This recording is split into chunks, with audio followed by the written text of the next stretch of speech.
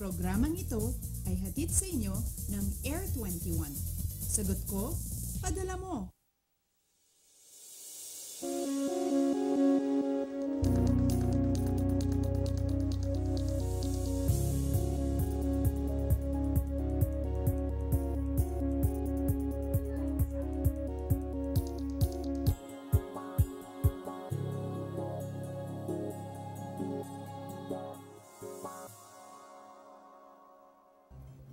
Diyos marhay na aga Luzon, maayong aga Visayas at maradyaw na buntag Mindanao. Kamusta ang gising? Simula ng araw na ito ng may ngiti at pag-asa.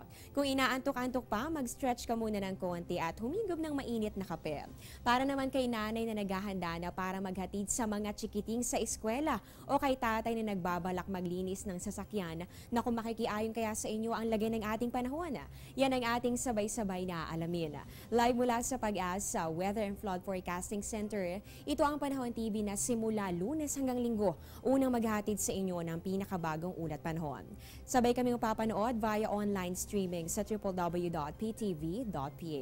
Kasama niyo po ngayong Friday morning, October 14, 2016. Ako po ang inyong weather lover, Amor La Rosa. At kasabay ng panibagong umaga ay ang pagngiti ni Haring Araw. First blessing for today ang ating sunrise na mangyayari. Yan po ay sa ganap na 5:47 ng umaga habang yung sunset naman natin 5:37 ng hapon.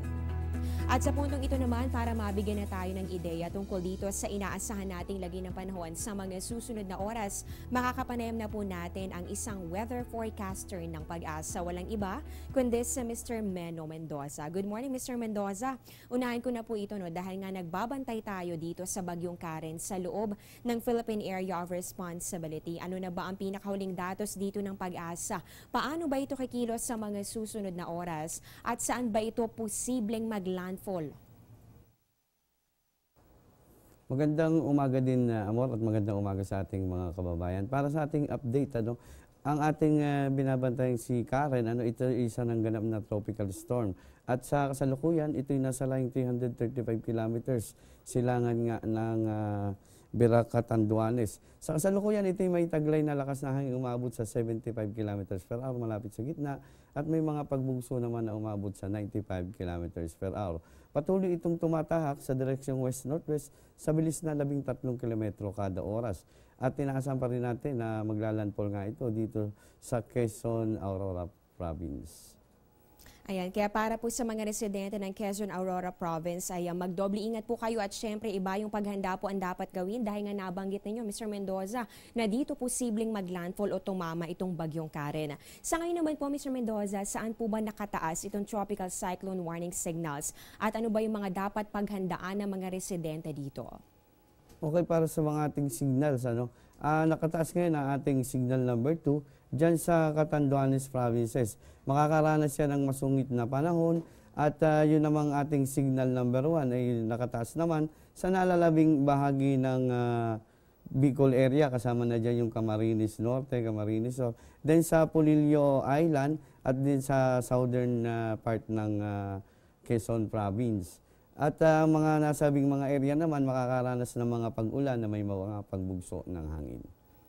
Again, para po sa mga residente na nabanggit na areas kung saan nakataas nga itong tropical cyclone warning signals, doble ingat po kayo at oras-oras na makibalita sa lagay ng ating panahon. At ito naman, Mr. Mendoza, question of the day po natin na mula po ito sa Panahon TV follower na si Mark Vincent. At ang tanong niya ay posible rin bang magdala ng malakas na hangin at ulan ang Bagyong Karen dito sa Metro Manila? So Mr. Mendoza, pwede ba nating ipaliwanag lalong-lalo na sa mga nandito ngayon sa Metro Manila kung direkta ba tayong maapektuhan ng nasabing bagyo? Okay, para dun sa magiging kondisyon ng Metro Manila, dahil napakalapit lamang ng Metro Manila, halos nasa likod dito ng Quezon Province, kaya't paglapit ng ating bagyo ay inaasahan natin na makakaranas pa rin ng epekto ng bagyo ang Metro Manila at posible pa tayong magtaas ng signal sa Metro Manila by Saturday. Kagaya ni Mark Vincent, pwede rin kayo magpadala ng inyong weather-related questions sa aming social media accounts. At ito naman, Mr. Mendoza, ano po ba yung dapat namang asahan ng mga residente doon sa mga lugar na wala namang nakataas na tropical cyclone warning signals? Ano po ba yung weather condition na nag-iintay sa kanila sa mga susunod na oras? Okay, para dun sa mga lugar na wala tayong signal, inaasahan natin yung katamtaman hanggang sa kumisan na yung malakas na mga pag-ulan dito sa probinsya ng Aurora, sa nalalabing bahagi ng Quezon at sa nalalabing bahagi ng Samar. Samantalang yung atin namang Metro Manila at kasama yung gitnang Luzon, yung Calabarzon, Mimaropa, itong natitirang bahagi ng Kabisayaan, gayon na rin dito sa Northern Mindanao, kasama itong Zamboanga Peninsula at yung Caraga Region, patuloy pa rin makakaranas ng mahina hanggang sa katamtamang mga pag-ulan. Then yung natitirang bahagi ng ating bansa, patuloy pa rin makakaranas ng bahagyang maulap na kalangitan na may pulo-pulong pag-ulan at pagkidlat, pagkulog. At panghuling katanungan na lamang po, Mr. Mendoza, kaugnay po ng bagyo na ating binabantayan, meron po tayong tinatawag na cone of probability. So ano po ba ito nga tinatawag natin yan? At ano po yung kahalagahan nito dito po sa pagtaya sa lagay ng ating panahon, lalong-lalo na kapag meron pong weather disturbance o bagyo dito sa loob ng ating boundary? Okay, yung tinatawag nating cone of probability, ito yung area kung saan pwedeng maglaro yung bagyo. Kasi alam naman natin na nagbabago kung minsan ang mga data natin. At yung tinatawag nating cone of probability, yan yung area kung saan halimbawa tumaas o bumaba man ang truck, yung pa rin yung area na pwedeng niyang daanan.